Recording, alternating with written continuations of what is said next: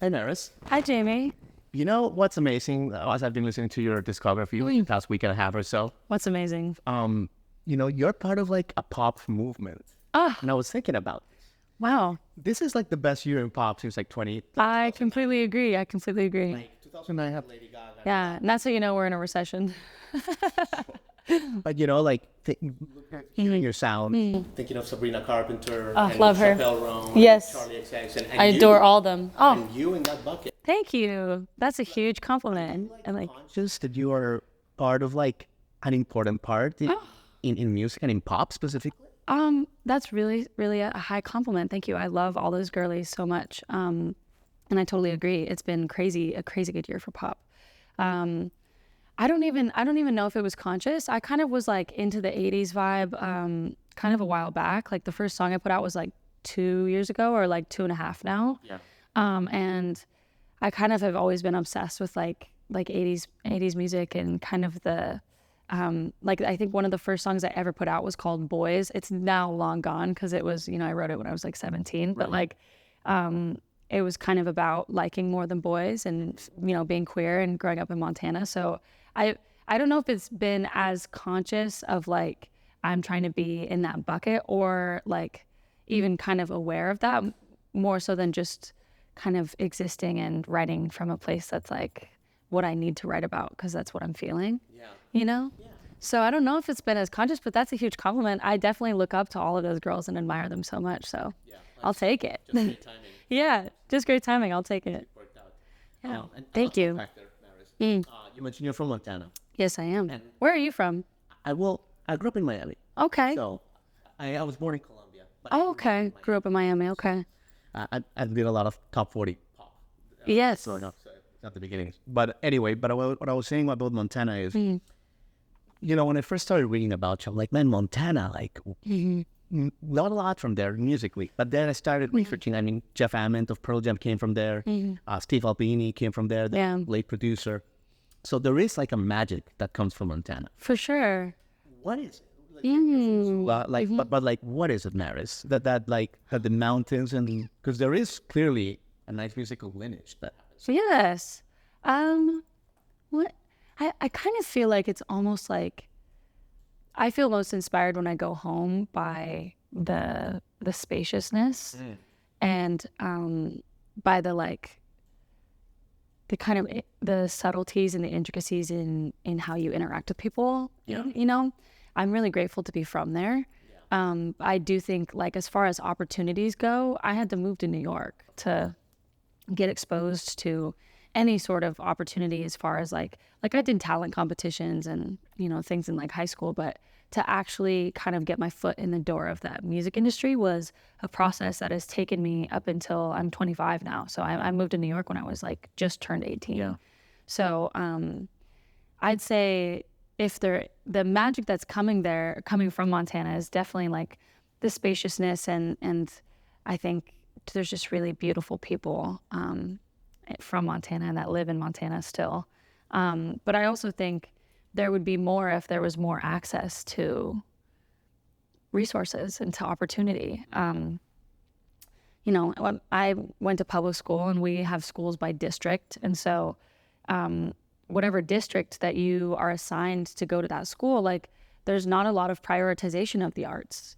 So it was a lot of like having to fundraise for your plays or having to fundraise for the access to, we didn't even have like, kind of rooms where we could make music and record it. It was just choir and band and orchestra. It wasn't like, kind of access to making music in that sense. So when I was in high school, I spent a lot of my time by myself making music, which I kind of wish in some ways was a little more of a collaborative experience, but it was just, me on GarageBand for hours and hours and hours, like trying to figure it out. But I'm really passionate about music education and like access to those sort of things. So, as far as the magic that comes out of Montana, I think there's a million different things, but I want to shift the focus more to like, how do we get more resources and opportunities and access to connections in Montana? Because, when I moved to Los Angeles, even after living in New York for 3 years, when I moved to LA, I was completely shocked and a little bit disillusioned by what the entertainment industry actually is. You know, and you think, being from Montana, I always just thought, and my whole family thought too, I'm the only person in my family that like makes music and is pursuing a creative career. And when I first got to LA, I was like my mom and I were like, wait a second, like I thought you signed a record deal and all your dreams came true. It's like, actually, these people are trying to, can I swear? Yeah, of course. These people are trying to fuck you over. Everybody here is trying to fuck you over. Like, this is insane. So I think it's been such a learning curve and such a process that has really tested my desire to make music. You know? Yeah, your authenticity is tested. Yes, authenticity, and just how bad do you want it? Yeah. How much are you willing to put up with all the bullshit, with all the bullshit in order to like make the shit you want to make? Yeah. And I've luckily found myself in a really kind of unique position for an artist, and I have an amazing team that really lets me kind of express myself and lead the way as far as those things, but also protects me from a lot of the bullshit. Yeah. And so, yeah, I think it's just, but it's wild coming from Montana and getting to Los Angeles being like, oh, it's all like a facade. But don't you think, and you say so many interesting, I could talk to you for 17 hours. Let's go. But it's fascinating the fact that like you started performing like by yourself first. And like, you know, hearing your music and your jazz background, you love to improvise. Oh, yeah. And it's like, it's almost like, hey, that is like what makes you special. The fact that you first had to start without that collaboration. Like, I feel like you had to like, almost like collaborate with yourself.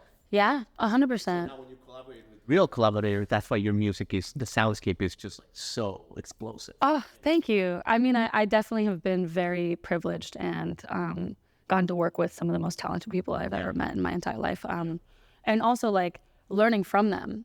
When I first got to, or like when COVID was happening and Zoom sessions were like a big deal, everybody's doing them. I was doing like 5 Zoom sessions a week with new people every day. Yeah. And that was a huge learning curve because I hadn't really ever written with other people that way. I'd mostly I had like a few people I liked to write with, but for the most part, I would just kind of hole up with a guitar and like, that's how I would. And I have songs like I've been working on this album that's like a secret album, and you can scan the QR code to get to the SoundCloud link, and like we've been, you know, kind of getting people to listen to it at shows and making it like whichever songs get the most streams on this private link are the songs that are more likely to make the cut for the actual album.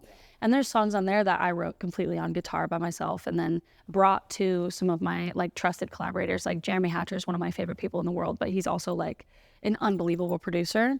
And I trust him so much. And also I love that he adds his own ideas while still making sure it's like, it's part of the Maris worlds, you know?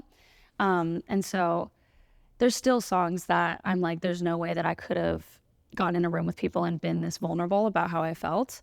And then there's moments where I go in and I'm like, I don't know what I am feeling today. Let's work on a beat. And then we start with a beat, or we start with a chord progression. And then I'm really passionate about soundscape as well, and like throwing in like Foley and like making sure that it feels like a submersive experience to put your headphones on and listen.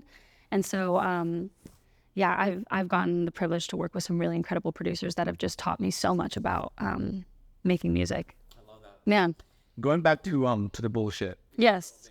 Yes. You know, don't you think, I mean, you're so young, but you started seeking. Yeah. And I feel like, you know, going back to Rockin' Rudy's and all that stuff. You are well researched. What the hell? But the point yes. that I'm bringing is that. Do I need to cover the brand? No, okay. Thanks for asking that. Of course. The point, Maris, is that I feel like, you know, you have seen already, you know, what careers before the internet and it used to see like in a whole career. You have already seen highs, lows, and I feel like you're very even keeled, and I get that. Thank you. Like I feel like very stable. And you like know that like when shit gets really good in the music industry, cool, but like it's a roller coaster. It's a roller coaster. I feel like you have that, like that. Yeah, but I definitely didn't used to have that though. Okay. You know, when I moved to New York, well, when I was 17, I think I was 17. I did like I think the first kind of thing that I ever did was like Postmodern Jukebox. I did like an audition video for them, and then I mean, I had done performances and stuff before, but then flying out to LA, like, you know, being flown out was like a big deal. Sure. I brought my mom and my grandma. I was like, let's go, girls. And we got to LA, and it was so formative in so many ways. And Scott Bradley's like such a G. And that was kind of the first time I'd ever been in front of, I remember so vividly, like I'd never really been in front of lights and cameras like that, you know? And it's those experiences where that was so intense for me and my mouth was completely dry and I was so nervous. I was shaking and I could hardly play guitar because I was like freezing up. And I actually have terrible stage fright, like ever since I was a little kid. But the dopamine and the adrenaline that I get from performing, like, yes. Oh my God, yeah, because it's, you know, you care.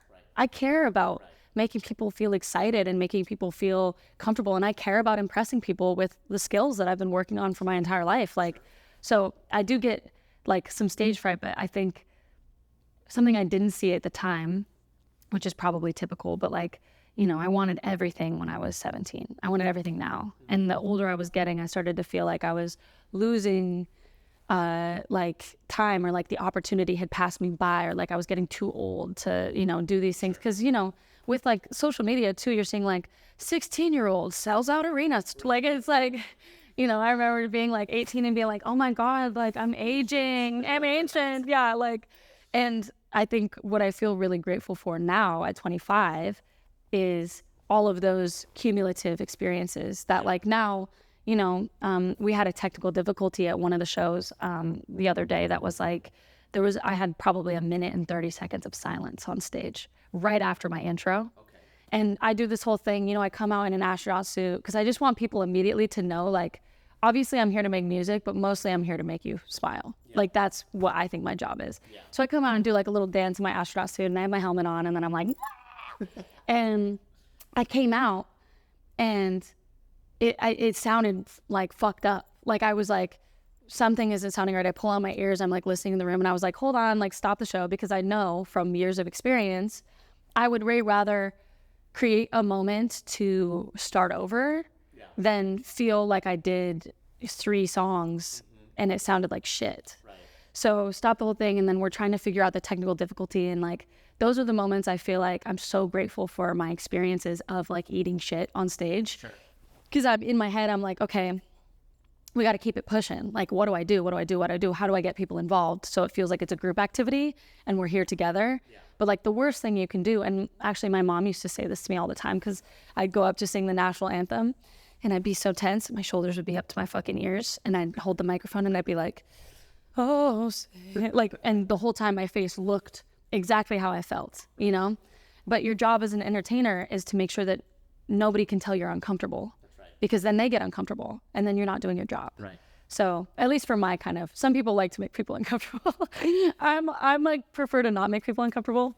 But yeah, I think without all of those cumulative years of trial and error and terrible shows in New York when I first moved there and like was fronting a rock band or was just playing guitar by myself, and like there was like 6 people in the room and none of them were into it. Like shows like that, I feel like are the only reason why now I can have a moment on stage where it's like 1 minute and 30 seconds of silence and feel like I can somewhat kind of keep it pushing and like pick it back up. But, you know, without that experience, you don't have wisdom. Right. So I think I appreciate that you feel like I'm even keeled. I'm working very hard at it every day. Until wisdom, you know, at 25. For sure, Thank you.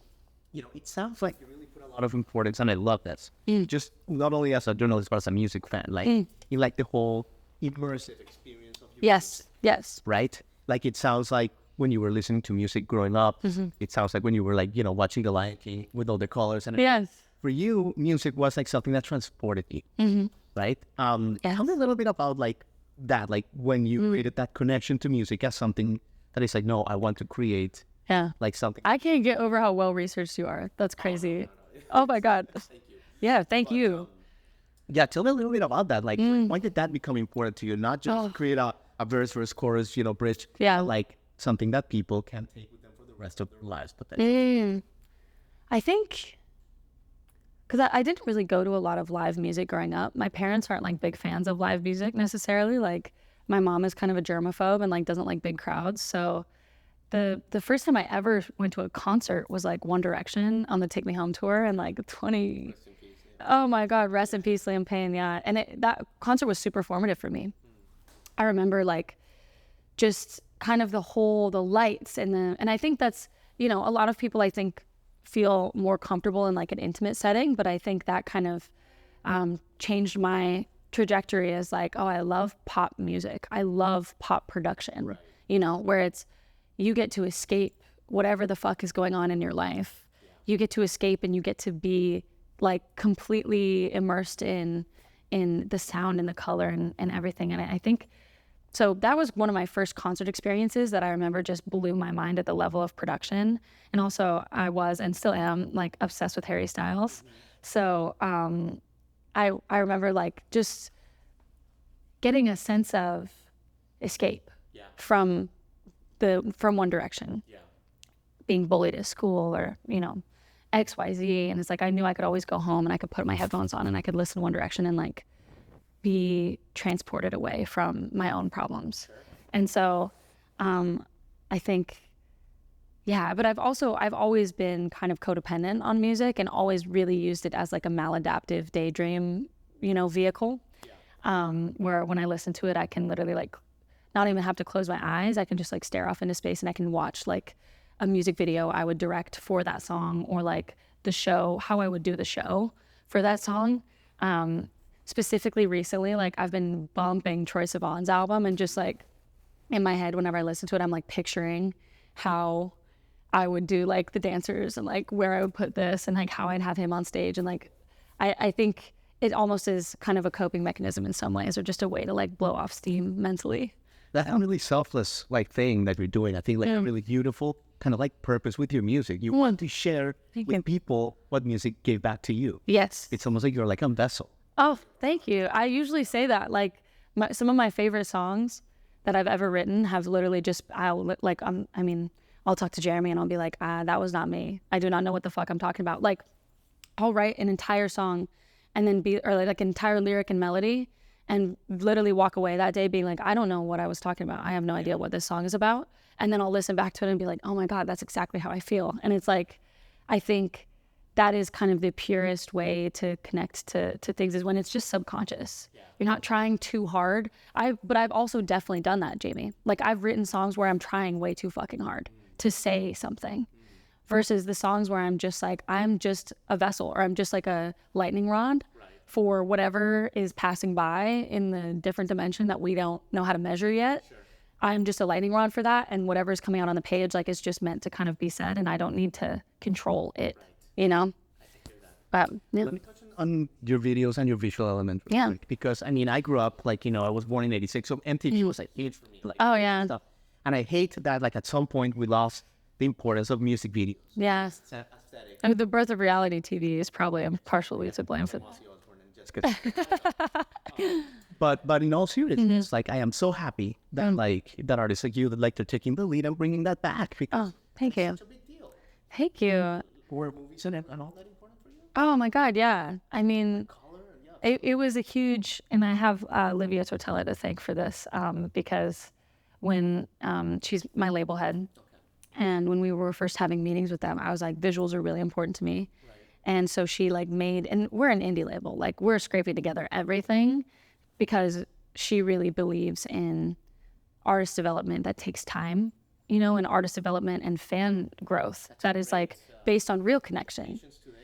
Exactly. It's unheard of too. Like I was saying, I feel so fortunate that I've kind of didn't even intentionally, but just sort of fell into this, you know, through different rejections and different like things that were at the time devastating to me. Like lay in bed and cry all day rejections that now I'm like, thank God, like, because I'm in a position where I'm working with a team that like really kind of believes in what we're doing. And the visuals are super important to me, and obviously they're expensive.